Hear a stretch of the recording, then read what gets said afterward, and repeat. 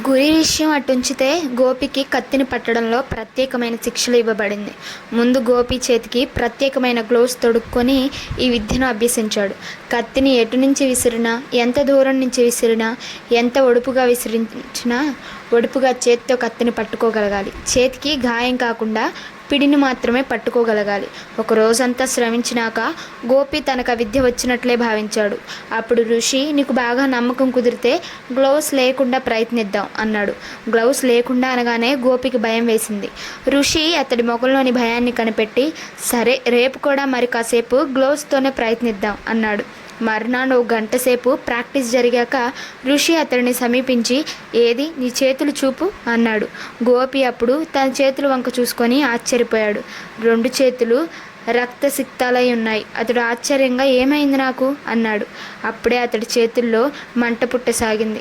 ఋషి నవ్వి, ఒడ్డున కూర్చొని ఎంత నేర్చుకున్నా ఈత రావాలంటే నీటిలోకి దిగక తప్పదు. నీ చేతికి గ్లౌస్ ఉండగా ఈ విద్య పట్టబడదు. గ్లౌస్ ఉన్నాయన్న అశ్రద్ధతో నువ్వు కత్తిని పట్టడంలో పిడినే పట్టాలనుకోవడం లేదు. ఈరోజు నేను నీకు ఇచ్చిన గ్లౌస్ పలుచటివి అన్నాడు. గోపికి ఋషి చెప్పిన మాటల్లో నిజం కనపడింది. నీ చేతికి గాయాలు మానాకే మళ్ళీ ప్రారంభిద్దాం అన్నాడు ఋషి. వద్దు గురు, ఇలాగే కొనసాగిద్దాం అన్నాడు గోపి. అతడిలో పట్టుదల వచ్చింది. చేతికి తగిలిన గాయాలకు మందులు పూసుకొని తన ప్రాక్టీస్ కొనసాగించాడు. ఆ రోజులోనే అతడు ఎటువంటి ప్రగతిని సాధించాలంటే అటుపైన అతడి చేతుకున్న గాయాలు మానడమే తప్ప కొత్త గాయం ఒక్కటి కూడా కాలేదు. ఈ విద్య ముగిశాక గోపి కొన్ని ట్రిక్స్ తెలుసుకున్నాడు. అతడిప్పుడు ఊపిరి బంధించి కొద్ది క్షణాల సేపు శవంలా పడి ఉండగలడు. కుక్క, పిల్లి, ఆవు, గేదె, గాడిద వంటి సామాన్య జంతువులవి, చిలక, కాకి, పిచ్చుక వంటి పక్షులవి అరుపులను అనుసరించడం నేర్చుకున్నాడు. ఆ అరుపులను పలికించడంలో ఒక ప్రత్యేకత ఉన్నది. గోపి తనే అరిచినా అది ఏ మూల నుంచో వచ్చిన అనుభూతి కలిగిస్తాడు. ఎదుటివాడిని చూసి కుక్కలా మొరిగితే అది తన పక్కనే ఉన్న కుక్క మొరిగిందని ఎదుటివాడిని అనుభూతి కలుగుతుంది. టేప్ రికార్డ్ సహాయంతో ఈ విద్యను గోపి సుమారు 1 వారం రోజుల పాటు శ్రమపడి సాధించాడు. ఇలా ఎన్నో విద్యలు నేర్చుకున్నాక ఋషి ఒక రోజున అతడితో, ఇప్పుడు నీకు నీ ఏకాగ్రత తారాస్థాయిని చేరుకున్నది. ఇప్పుడు నీ వాళ్ళంతా కళ్ళు చేయగల కొత్త విద్యను నేర్చుకునేందుకు నీ మెదడు సన్నద్ధమై ఉన్నది అన్నాడు. ఒళ్ళంతా కళ్ళ అన్నాడు గోపి ఆశ్చర్యంగా. అవును అంటూ ఋషి అతడిని ఒక పెద్ద హాల్లోకి తీసుకొని వెళ్ళాడు. ఆ హాల్ మధ్యలో ఒక పెద్ద గోళం ఉన్నది. ఆ గోళం నిండుగా అద్దాలు బిగించబడి ఉన్నవి. హాల్లోకి ఎవరు వచ్చినా ఆ అద్దాల్లో ప్రతిబింబిస్తారు. నీవు నిలబడి ఈ గోళం వంకనే చూస్తుండాలి. హాల్లోకి ఎవరు అడుగు పెట్టినా వారిపైకి గురిపెట్టి కత్తిని విసరాలి అన్నాడు ఋషి. అద్దంలోని ప్రతిబింబాన్ని చూసి అర్థం చేసుకొని గురి చూడడం అలవాటు చేసుకునేందుకు గోపికి 1 గంట పట్టింది. హాల్లోకి అడుగు పెట్టే మనుషులు ప్రత్యేకమైన కవచాలు ధరించి ఉన్నారు. అతడికి గురి కుదిరాక ఒక్కటి తప్పలేదు. ఋషి అతడిని మెచ్చుకొని, ఇదే ఏకాగ్రత, నిత్యం చూపించాలి అన్నాడు. ఇదేదో కష్టమైన విద్య అనుకున్నాను అన్నాడు గోపి నవ్వుతూ. అప్పుడే ఏమైంది?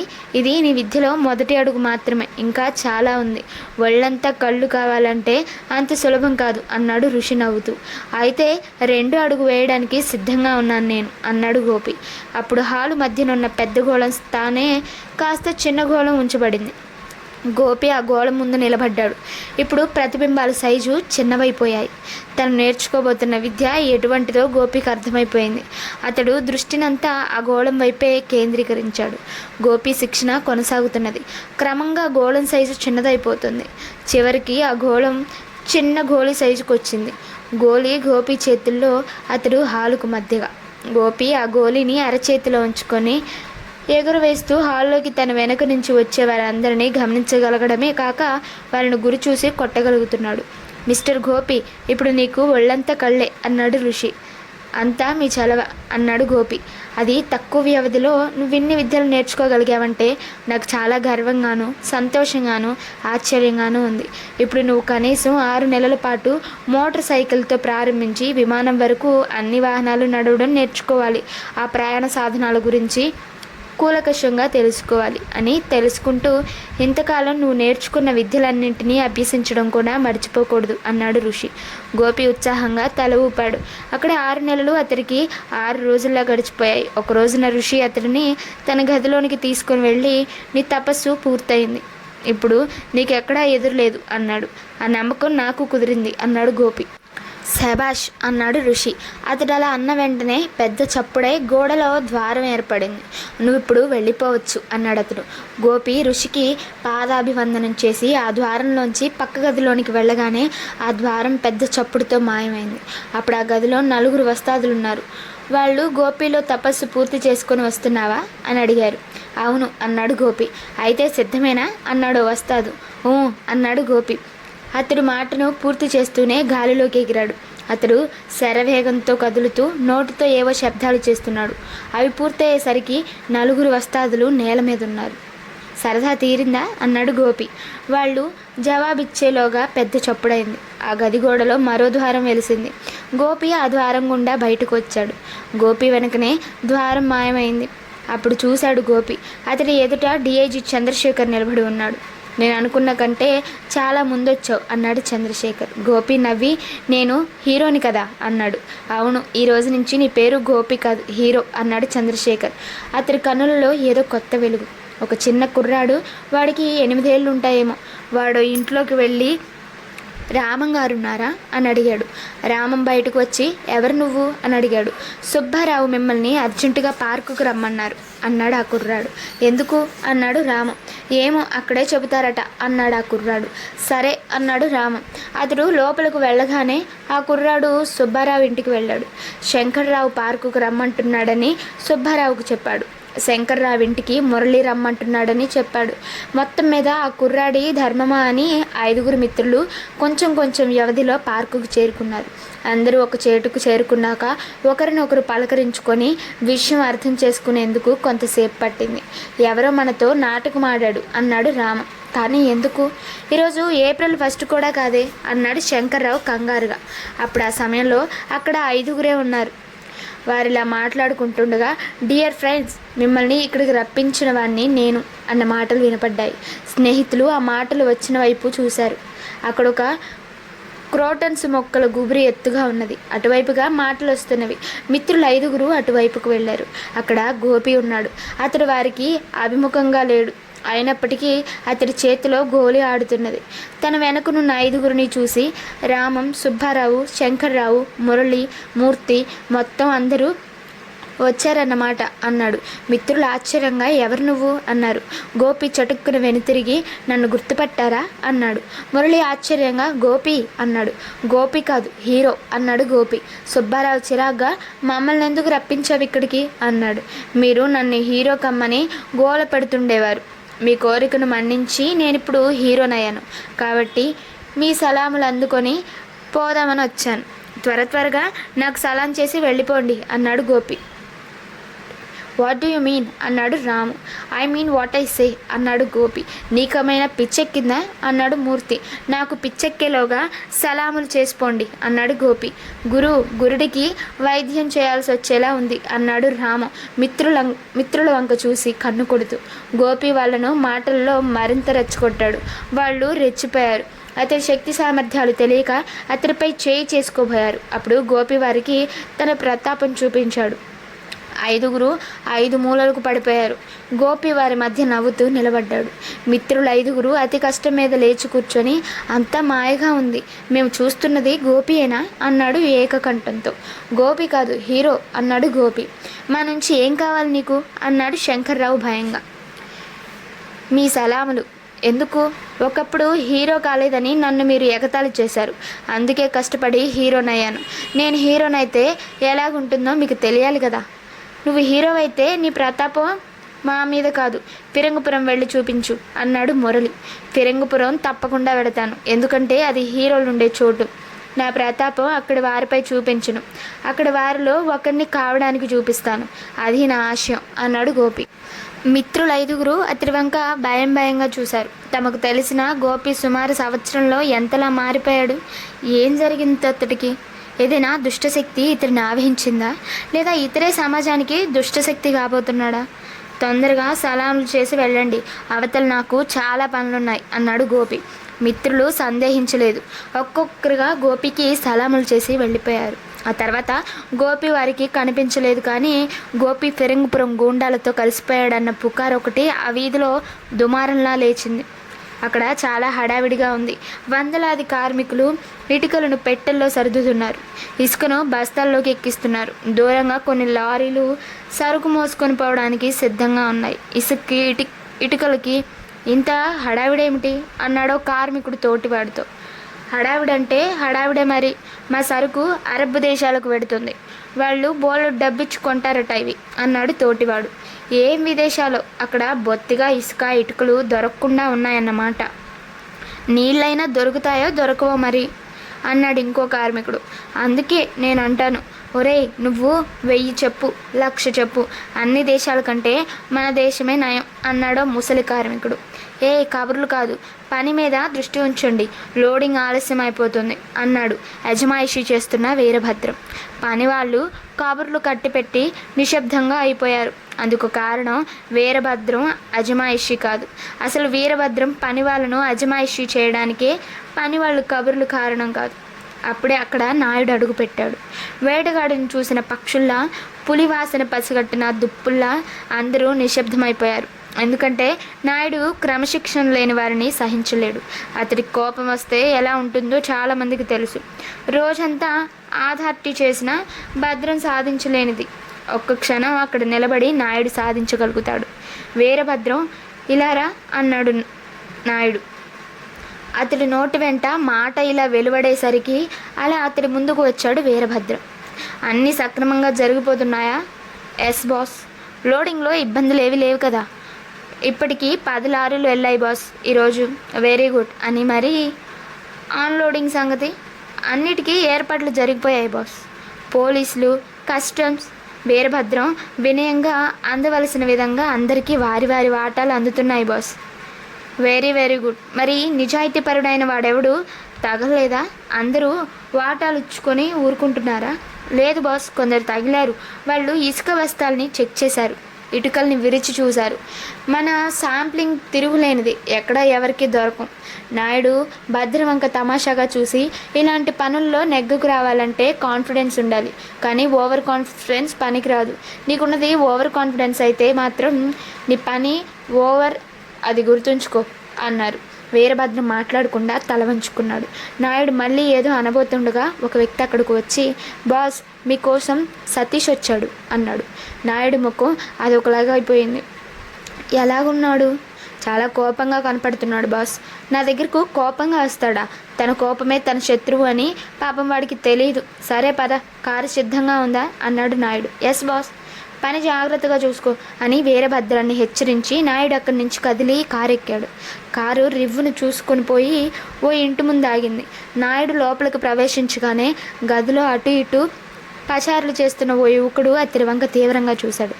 ఓ సతీష్ బాబా, ఏమిటలా చురుగ్గా చూస్తున్నావు? చుక్కేసుకొని వచ్చావా అన్నాడు నాయుడు. లేదు, నీకు చుక్కలు చూపిద్దామని. చుక్కలు చూడడం నాకు కొత్త ఏం కాదు, కానీ ఒకళ్ళు చూపిస్తే చుక్కలు చూసే రకం కాదు నేను. అతి తెలివి మాటలు తగ్గించి వచ్చిన పని చెప్పు.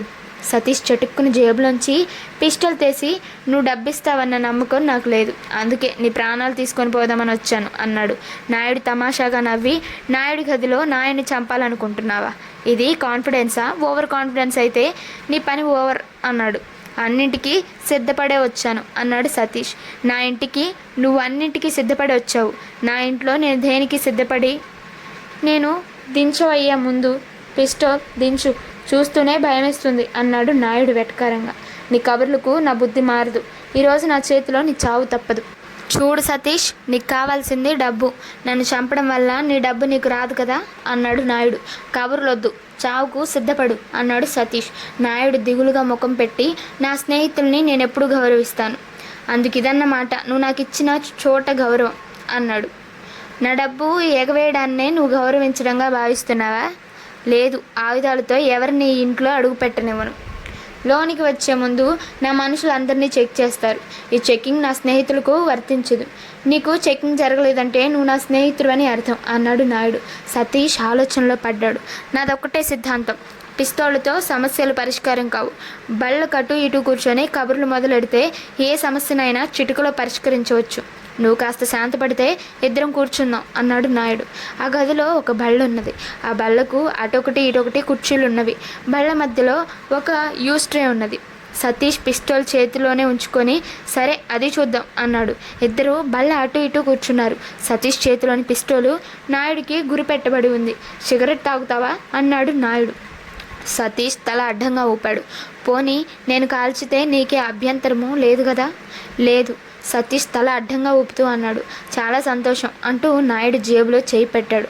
పిచ్చి పిచ్చి వేషాలు వేస్తే పిస్టల్ పేలుతుంది. నా గురి ఎలాంటిదో ఇంతవరకు నీకు తెలియదు. తెలిసాక నువ్వు ఉండవు హెచ్చరించాడు సతీష్. నాయుడు జేబులోంచి సిగరెట్ కేసు తీశాడు.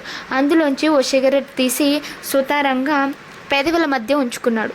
తర్వాత సిగరెట్ కేసునే లైటర్గా ఉపయోగించి సిగరెట్ వెలిగించి కేసును జేబులోకి తోసేసి పిచ్చి పిచ్చి అనుమానాలు పెట్టుకోక నేను చెప్పేది జాగ్రత్తగా విను అన్నాడు.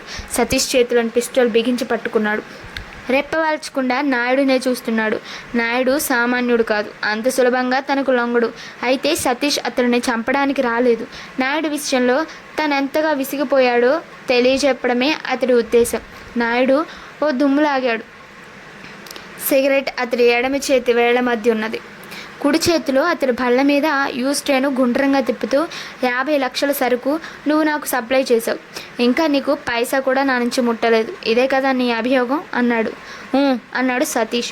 నీకు ఈ నాయుడు గురించి సరిగ్గా తెలియదు అనుకుంటాను. ఒకరు నాకు రుణపడాల్సిందే తప్ప నేనెవరికీ రుణపడను. నన్నెవడూ ఇంతవరకు నమ్మక ద్రోహి అనలేదు. నీకులా నిలదీయలేదు. డబ్బు గురించి నువ్వు పడుతున్న కంగారును నేను అర్థం చేసుకోగలను. అయితే నా సమస్య ఏమిటో నువ్వు అర్థం చేసుకోవాలి. సరుకు చేరవలసిన చోటుకు చేరింది. డబ్బు ఇంకా ఇండియా చేరలేదు అన్నాడు నాయుడు. ఈ ఉత్తరం చూసే వరకు నేను అలాగే అనుకున్నాను. ఓసారి నువ్వు చూడు అంటూ సతీష్ ఎడమ చేత్తో తన జేబులోంచి ఒక కాగితం తీసి నాయుడుకు అందించాడు. నాయుడు అది అందుకొని చదివాడు. సతీష్ చెరుకు విదేశాలు క్షేమంగా చేరినాక వచ్చిన డబ్బును దేనికి పెట్టుబడిగా వాడాలో వివరాలు రాసున్నాయి. అందులో డబ్బు నాయుడికి చేరినట్లుంది. సంతకం సరిగ్గా తెలియడం లేదు. ఎవరు రాశారు ఈ ఉత్తరం? జగన్మోహన్ అన్నాడు సతీష్. నాయుడు కుడి చేయి యూస్ ట్రేను తిప్పుతున్నది. అతను సాలోచనగా డబ్బు నాకు చేరిన మాట నిజమే, కానీ అనుకోకుండా అది ఖర్చు అయిపోయింది. నువ్వు కొంతకాలం ఆగలవా అన్నాడు. ఆగలేను, ఇప్పుడే కావాలి అన్నాడు సతీష్. పాపం ఆగుతామనుకున్నాను అన్నాడు నాయుడు. అతడి చేతిలోని యూస్ ట్రే తిరగడం ఆగిపోయింది. అంటే ఇందాక నువ్వు గురి గురించి మాట్లాడావు. నీకు నా మీద గురి లేదు, కానీ నా గురి నీ మీదే ఉంది అంటూ నాయుడు కాలుతున్న సిగరెట్ను యూస్ ట్రేలో పొజిషన్లో ఉంచాడు. అంతే, యూస్ ట్రేలోంచి తుపాకీ గుండు సతీష్ గుండెల్లోకి దూసుకొని పోయింది. నాయుడు నవ్వుకొని నన్ను ఎదిరించే హీరో ఇంకా పుట్టలేదు అనుకున్నాడు. ఎరుపు రంగు బుల్లెట్ శరవేగంతో ఫిరంగిపురంలోనికి దూసుకుని వచ్చింది.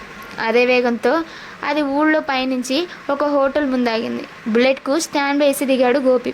అతడు నెమ్మదిగా నడిచి అక్కడ హాల్లో ఆయమూలుగా ఉన్న చోట కూర్చున్నాడు. అతడి వీపు హోటల్ ద్వారానికి అభిముఖంగా ఉంది. విశాలమైన హాల్లోంచి మేడ మీదకు వెళ్ళడానికి మెట్లున్నాయి. గోపి ఆ మెట్ల వైపే చూస్తూ బహుశా పైన లాడ్జింగ్ అయి ఉంటుంది అనుకున్నాడు. బేరర్ వచ్చాడు. ఒక బీరు అన్నాడు గోపి. కొద్ది క్షణాల్లోనే గ్లాసు నిండా బీర్ తెచ్చి అక్కడ పెట్టి వెళ్ళిపోయాడు బేరర్. ఆలోచిస్తూ నెమ్మదిగా బీర్ సిప్ చేస్తున్నాడు గోపి. బహుశా అప్పటికి గోపి సగం బీర్ సిప్ చేసి ఉంటాడు. ఒక యువతి పరుగున హోటల్లో ప్రవేశించి అక్కడ కూర్చున్న ఒక ఇద్దరితో ఏమో చెప్పింది. వాళ్ళు నిరాసక్తితో తల అడ్డంగా ఊపారు. ఆ యువతి హోటల్ మేనేజర్ వద్దకు వెళ్ళి ఏదో చెప్పింది. అతడు తల అడ్డంగా ఊపాడు. అప్పుడే బేరర్ గోపి వద్దకు వచ్చాడు. బేరర్ ఎవరామా అని అడిగాడు గోపి. బేరర్ జాలిగా ముఖం పట్టి, పాపం పెద్దింటమ్మాయి సార్, ఈ మధ్యనే ఈ ఊరు వచ్చింది, ఉద్యోగం చేస్తుంది. నేనుండే వీధిలోనే ఉంటుంది సార్, కానీ నేనేమీ సాయం చేయలేను. లోకల్ గూండా సోము దృష్టిలో పడింది. వాడు ఆమెను తరుముకు వచ్చాడు. ఆమె ఇక్కడ దూరింది, కానీ లాభం లేదు. ఆమె పని అయిపోయినట్లే అన్నాడు. అంటే అన్నాడు గోపి. ఆమె హోటల్లో అడుగు పెట్టగానే సోము హోటల్ గుమ్మం వద్ద ఆగి, నిన్ను బలవంత పెట్టడం నాకు ఇష్టం లేదు. ఈ హోటల్లో నిన్నెవరైనా నా బారి నుంచి రక్షిస్తామంటే చాలు, నిన్ను వదిలిపెట్టేస్తాను. సరిగ్గా 5 నిమిషాలు గడువిస్తున్నాను. 5 నిమిషాల్లో ఎవరు దొరక్కపోతే నువ్వు నాకు లొంగిపోవాలి, లేదా నేనే నిన్ను లొంగ తీసుకుంటాను అన్నాడు. ఆమె ఎప్పుడూ తాను రక్షించుకోవడం కోసం వృధా ప్రయత్నాలు చేస్తుంది అన్నాడు భైరర్. ఇది చాలా దారుణం. ఇంత పెద్ద హోటల్లో ఆమెను రక్షించడానికి ఒక్కరంటే ఒక్కరూ ముందుకు రారా? వీళ్ళు తాగుతున్నది బీరా నీరా అన్నాడు గోపి. ఏం తాగినా తన పెళ్ళాం బిడ్డలు ముఖంగా జీవించాలనుకునేది వాడెవడు ఆడు సోము జోలికి వెళ్ళడు అన్నాడు భైరర్. మరి హోటల్ యజమాని ఏం చేస్తాడు? తన హోటల్లో అడుగుపెట్టిన వారికి రక్షణ ఏర్పాటు చేయలేడా? ఎలా చేస్తాడు? ఆయనకు పెళ్ళాం బిడ్డలున్నారు. అయితే పోలీసులు ఏమయ్యారు? వాళ్లకు ఉన్నారు పెళ్ళాం బిడ్డలు. గోపి నవ్వుతూ, ఎవరూ లాభం లేదంటున్నావు, నీకైనా ఆ ఆడకూతురు మీద జాలు వేయడం లేదు అన్నాడు. సార్, మీకు బుర్ర సరిగ్గా పనిచేస్తున్నట్లు లేదు. నాకు ఉన్నారు పెళ్ళాం బిడ్డలు అన్నాడు బేరర్. అయితే పెళ్ళాం బిడ్డలు లేని వాడెవడైనా ఉంటే వాడే ఆ సోమును ఎదిరించాలంటావు అన్నాడు గోపి. కాదు, ప్రాణాల మీద ఆశ లేనివాడే వాడి జోలికి వెళ్ళాలి అని 5 నిమిషాలు అయిపోయినట్లున్నాయి. ఆ సోము హోటల్లో అడుగుపెట్టాడు. ఇంకా ఆ పిల్లని ఎవరూ రక్షించలేరు అంటూ బేరర్ కంగారుగా అక్కడి నుంచి వెళ్ళిపోయాడు. గోపి చటుక్కన జోబులోంచి రివాల్వర్ తీసి ఎవరికీ తెలియకుండా ఆ చేతి మీద జేబు రుమాలు ఉంచాడు. అతడి దృష్టి ఆ యువతిపైనే ఉంది. ఆమె ఎటూ దూరి కనపడక మెట్ల వైపు పరిగెత్తి చకచకా పైకి వెళ్ళసాగింది. ఆమె కొంత పైకి వెళ్ళేసరికి ఆమెను తరుముతూ సోము వచ్చాడు. చూడగానే గూండా అని తెలిసిపోయేలా ఉన్నది వాడి రూపం. వాడి ముఖంలో నిర్లక్ష్యం, గర్వం స్పష్టంగా కనపడుతున్నాయి. వాడు త్వరగా తను మెట్లెక్కడం ప్రారంభించాడు. గోపి లెక్క పెడుతున్నాడు. వాడు ఎన్ని మెట్లు ఎక్కుతున్నది? 1, 2, 3. ప్రతి మెట్టుకు అలంకరణగా యువతల చివరగా సుమారు 2 అడుగులు విస్కీ బాటిల్ ఉంచబడింది. సోము సరిగ్గా 12వ మెట్టు మీద అడుగుపెట్టగానే గోపి చేతిలోని రివాల్వర్ పేలింది. సోము అడుగుపెట్టిన 12వ మెట్టు మీద ఖాళీ విస్కీ బాటిల్ పగిలింది. సోము ఉలిక్కిపడి అప్రయత్నంగా ఒక అడుగు క్రిందకు వేశాడు. అప్పుడు 11వ మెట్టు మీద విస్కీ బాటిల్ పగిలింది. సోము మరో మెట్టు క్రిందకు దిగాడు. మళ్ళీ మరో బాటిల్. అలా సోము 6వ మెట్టుకు మీదకు రాగానే గోపి మరో రివాల్వర్ అందుకొని వరుసగా చకచక ఆగకుండా 6 గుళ్ళు పేల్చి 6 సీసాలను పగలగొట్టాడు. అదే వేగంతో సోము కూడా మెట్లన్నీ దిగిపోయాడు. అన్ని మెట్లు దిగాక వాడి బుర్ర పనిచేయడం మొదలుపెట్టింది. తనను ఎదిరించే మొనగాడొకడు హోటల్లో ఉన్నాడు. ఎవడు వాడు? రివాల్వర్ ప్రేలిన దిశగా చూశాడు సోము. గోపి తాపీగా బీర్ తాగుతున్నాడు. అతడి ముందు బల్లపైన ఒక రివాల్వర్ ఉన్నది. అతడి చేతిలోని గోలీ ఆడుతున్నది. సోము కసిగా గోపి వంక చూశాడు. గోపి వాడిని చూడడం లేదు. ఒక్క క్షణం ఆలోచించాడు సోము. ఈ హోటల్లోకి వచ్చి తనను ఎదిరించాడంటే వాడు ప్రాణాలకు తెగించిన వాడై ఉండాలి. గురి తప్పకుండా 12 సీసాలను పేల్చాడంటే వాడు సమర్థుడై ఉండాలి. ఇలాంటి వాడికి ఎదురు వెళ్ళకూడదు. చాటుగా దెబ్బతీయాలి. సోము హోటల్లోంచి బయటికి వెళ్ళిపోతున్న వాడిలా చరచరా గుమ్మం వరకు వెళ్ళాడు. అక్కడి నుంచి చటుక్కును వెనక్కి తిరిగి ఊహించలేని వేగంతో చాకును విసిరాడు. గోపి చేతిలో గోలీ ఆడుతూనే ఉన్నది. హోటల్ గుమ్మానికి అతడి వీపు కనపడుతూ ఉండొచ్చును, కానీ గోలీలో అతడు స్పష్టంగా సోమును చూశాడు. సోము చాకు విసరగానే అతడు పక్కకు తప్పుకున్నాడు. సోము విసిరిన చాకు బల్లకు గుచ్చుకుంది. ఈలోగా సోము మరో చాకు విసిరాడు. గోపి మళ్ళీ పక్కకు తప్పుకున్నాడు. అది బల్లకు గుచ్చుకుంది. గుమ్మం వద్ద సోము తెల్లబోయి అలాగే నిలబడిపోయాడు. హాల్లోని వారందరూ తమ తమ పనులు మరిచిపోయి విడ్డూరం చూస్తున్నారు. మేడమెట్లెక్కిన యువతి క్రిందకు దిగిరాబోయి సీసా పగిలిన మెట్టు వరకు వచ్చి అక్కడే ఆగిపోయి చోద్యం చూస్తున్నది. బేరర్ వణుకుతూ గోపికి బిల్లు తెచ్చి ఇచ్చాడు. గోపి బల్ల మీదున్న 2 చాకులు తీసి ట్రేలో ఉంచి, బేరర్ ఇవి సోముకిచ్చేయి అన్నాడు. సార్, నా భార్య బిడ్డలు అన్నాడు భయంగా. వాళ్ళ కోసమే వెళ్ళు అంటూ గద్దించాడు గోపి. బేరర్ భయంగా ట్రే అందుకున్నాడు. ముందు వాడికి చదువంటూ వస్తే ఈ చీటీ కూడా చదువుకోమను అంటూ ఒక కాగితం మీద, మిస్టర్ సోము, ఈ చాకులు నీకెందుకు పంపిస్తున్నానో తెలుసా? నీ గురి ఎలాంటిదో చూద్దామని. ఇందాక నువ్వు చాకు విసిరినప్పుడు నేను పక్కకు తప్పుకొని నా ప్రాణాలు రక్షించుకున్నాను. ఈ పర్యాయం అలా కాదు. నీకెదురుగా నిలబడతాను. ఒక్క అంగుళం కూడా అటు ఇటు కానీ ముందు వెనుకలు కానీ జరగకు. నీ 2 చాకులు ఉపయోగించి నీ గురి ఎలాంటిదో నాకు తెలియజెప్పు అని రాసి ట్రేలో ఉంచాడు.